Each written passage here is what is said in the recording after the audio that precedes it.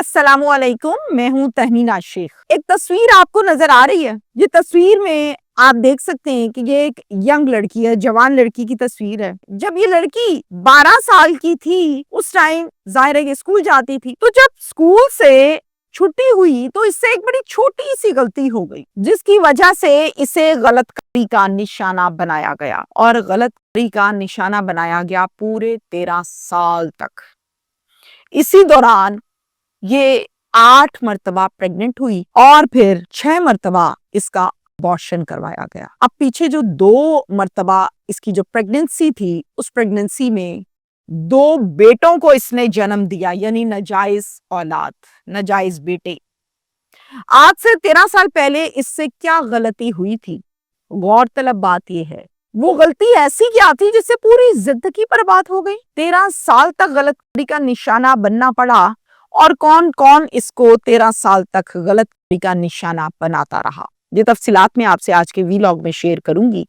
اگر تو اس کیس کو پورا سننا ہے تو سمجھ میں ضرور آئے گا کہ غلطی انسان سے کتنی چھوٹی کی ہوتی ہے اور خمیازہ پوری زندگی بھگتنا پڑتا ہے۔ لاہور کا یہ افسوسناک واقعہ ہے، اور لاہور کا ایک علاقہ ہے جس کا نام ہے مناوا، جہاں پر یہ وقوع پیش آیا۔ فیملیز رہتی ہیں مناوا میں، اور اسی طرح سے ایک فیملی یہاں جو رہتی ہے ان کے گھر کے سربراہ کا نام ہے محمد راشد، اور راشد کی اہلیہ کا نام ہے شگفتہ۔ اب راشد جو ہیں، اللہ تعالیٰ نے ان کو ایک بیٹی عطا فرمائی، اکلوتی۔ یہ لاڈلی ہے، یہ مہارانی ہے اپنے باپ کی۔ باپ محنت مزدوری کرتا ہے، لیکن اس کے باوجود یہ مہنگے اور برانڈڈ اسکول میں بھی جاتی ہے کیونکہ باپ کی یہ لاڈلی ہے۔ اس لڑکی کا نام ہے فاطمہ کنول۔ مناوا میں ایک بڑا ہی معتبر انسان، ایک حاجی، ایک نمازی پرہیزی، ایک تبلیغ کرنے والا، ایک لوگوں کے مسئلے حل کرنے والا، ایک تسبیح کے دانے پھیرنے والا شخص رہتا ہے، جسے سب لوگ بلاتے ہیں حاجی صاحب، حاجی صاحب۔ 2012 میں فاطمہ ہو جاتی ہے 12 سال کی، یعنی 2012 میں یہ اس ٹائم تھی 12 سال کی۔ اس کے والد اس کو اسکول چھوڑ کے بھی آتے تھے، اور اس کے والد اس کو اسکول سے لے کر بھی آتے تھے۔ ایک دن کیا ہوا، والد صاحب اسکول نہ پہنچے چھٹی کے ٹائم۔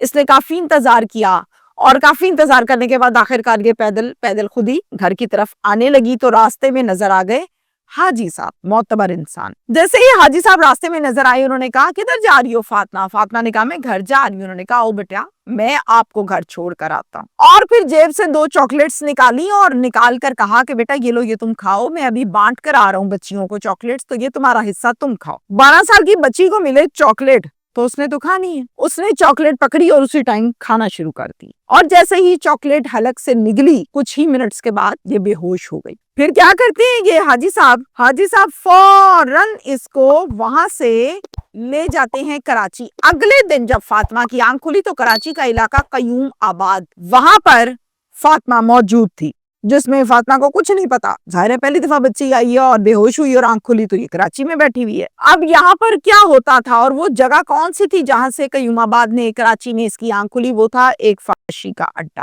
جسم فروشی کا اڈا، جہاں پر یہ موجود تھی۔ حاجی صاحب سامنے بیٹھے ہیں، حاجی صاحب کو دیکھا، پھر دوسری طرف دیکھا تو ایک اور موٹی سی آنٹی بھی وہاں پر بیٹھی ہے، جس کا نام سنم، جو نائکا ہے وہاں کی، وہ بھی بیٹھی ہوئی ہے۔ وہ پیسے پکڑ رہی ہے، پیسے دے رہی ہے، بڑی رف اور لوز قسم کی اس کی لینگویج ہے اور عجیب و غریب حرکتیں۔ فاطمہ فوراً سے اٹھی اور بھاگی فوراً حاجی صاحب کی طرف۔ انکل میں نے امی کے پاس جانا ہے، میں نے ماما کے پاس جانا ہے، یہ ہم کہاں آ گئے، ہم تو گھر جا رہے تھے۔ حاجی صاحب کہتے ہیں یہی تمہارا گھر ہے، یہی تم نے رہنا ہے، اور وہ جو بیٹھی ہے نا سنم، وہ جو کہے تم نے وہ کام کرنا ہے، اگر نہ کیا تو وہ بڑا مارتی ہے اور بڑی زور سے مارتی ہے۔ تو اس سے پہلے کہ تمہیں مار پڑے، تم نے وہ کرنا ہے جو وہ کہتی ہے، اور یہ ساری لڑکیاں وہی کرتی ہیں جو وہ کہتی ہے۔ اب تمہاری یہی زندگی ہے، اب ماما شاما کوئی نہیں ہے، ختم۔ حاجی صاحب نے بچی پکڑائی، پیسے لیے اور واپس آ گئے۔ فاطمہ آس پاس والی لڑکیوں کو دیکھتی ہے اور پوچھتی ہے تو اس کو کچھ سمجھ آنے لگتی ہے کہ یہاں پہ ہوتا کیا ہے، یہاں تو غلط کام ہوتا ہے۔ فاطمہ کہتی ہے مجھے جان سے مار دو، مجھے قتل کر دو، میں نے غلط کام نہیں کرنا اور نہ میں کروں گی۔ اتنے میں نائکا یعنی کہ سنم ایک دلال سے فاطمہ کو لگواتی ہے ایک انجیکشن۔ فاطمہ کو انجیکشن لگ گیا، فاطمہ پھر سے بے ہوش ہو گئی، اور اس بے ہوشی کے عالم میں کسٹمرز کو فاطمہ دکھائی گئی اور اس کے ساتھ غلط کروائی گئی اور پیسے بٹورے گئے۔ جب فاطمہ کو دوبارہ ہوش آئی تو فاطمہ ہکی بکی۔ صنم نے کہا، نائکا نے، فاطمہ دیکھو تمہارے ساتھ جو ہونا تھا وہ ہو چکا، عزت تمہاری لٹ گئی، اب تم چیخو، تم رو دھو، جو مرضی کرو، میری حدود سے تم نکل کے یہاں سے بھاگ نہیں سکتی، لہٰذا اب تم رضامندی سے یہ کام کر لو تو بہتر ہے، نہیں تو ٹیکا تو لگانا آتا ہے مجھے، اور یہ دیکھو میرے پاس بہت سارے انجیکشن پڑے ہوئے۔ اب اس عورت نے کیا کیا، فاطمہ کا نام فاطمہ سے بدل کر عالیہ رکھ دیا اور کہنے لگی کہ اب آج سے تم عالیہ ہو۔ جو فاطمہ ہے وہ چورنگی ٹاؤن، قیوم آباد کراچی کا علاقہ، ایک اور علاقہ کراچی کا جوہر آباد، اس کے علاوہ کراچی کا جو ایئرپورٹ ہے وہ علاقہ، یہاں پر صنم نائکا کے جو فحاشی کے اڈے کھلے ہوئے تھے وہاں پر خوب بکنے لگی اور غلط کری اس کے ساتھ دھڑا دھڑ وہاں پر ہوتی رہی۔ فاطمہ چونکہ گھر تو پہنچی نہیں تھی، باپ اس کا پریشان تھا، اس کو تو نہیں پتا کہ آگے کیا سے کیا ہو گیا میری بچی کے ساتھ۔ وہ کیا کرتا ہے، وہ فوراً سے تھانے جاتا ہے اور ایک مقدمہ درج کرواتا ہے جس میں مدعی بنتا ہے یہی باپ، اور یہ مقدمہ درج ہوتا ہے اغوا کا۔ پولیس کی کان پر جوں نہ رنگی، باپ در در کی ٹھوکریں کھا رہا ہے، S H O, D S P, S P, S S P, کسی سینئر نے یا جونیئر نے اس کیس پر کام نہ کیا، اور باپ در در کی ٹھوکریں کھاتا کھاتا پاؤں کے نیچے چھالے بنواتا بنواتا آخر کار بوڑھا ہونے لگا۔ باپ کو جب کچھ نہ نظر آیا، پولیس کی طرف سے کوئی آس امید اور آسرا نہ ملا، تو باپ نے عدالت کا دروازہ کھٹکھٹایا اور ایک ریٹ دائر کی کہ میری بچی کو بازیاب کروایا جائے۔ اس کے بعد پولیس کی لگی دوڑیں، جب پولیس کی دوڑیں لگیں اور یہ سارا قصہ جب صنم کو پتا چلا، کیونکہ صنم کا ٹھیک ٹھاک نیٹ ورک تھا، تو صنم نے ایک بڑا ہی گھنونا پلان بنایا۔ اس چالاک شاطر نائکا صنم نے جو پلان بنایا وہ میں آپ کو بتاؤں گی۔ اب دھیان سے سنیے کہ صنم جو ہے وہ اس کو فاطمہ نہیں بلاتی، وہ عالیہ بلاتی ہے۔ کہتی ہے، آج تم نے رزاق نام کے ایک آدمی سے ملنا ہے نجی ہوٹل میں۔ کہتی ہے ٹھیک ہے، یہ چلی جاتی ہے۔ رزاق بیٹھا ہوتا ہے، رزاق جا کے اس سے کہتا ہے، تم تو مجھے کسی اچھے گھرانے کی لڑکی لگتی ہو، میں نے تمہارے ساتھ کوئی غلط نہیں کرنی، یہ پکڑو پیسے۔ اس کو کہیں نہ کہیں رزاق اٹریکٹ کرتا ہے کہ دیکھو اس نے پیسے بھی دیے اور میرے ساتھ غلط کام بھی نہیں کیا۔ پھر کہتا ہے، اچھا اپنی زندگی کی کہانی تو بتاؤ۔ فاطمہ عرف عالیہ اس کو اپنی زندگی کی ساری کہانی سناتی ہے، کیسے میں اغوا ہوئی، کہاں میں پہنچی حاجی صاحب کے ذریعے سے، پھر مجھے صنم نائکا نے رکھا۔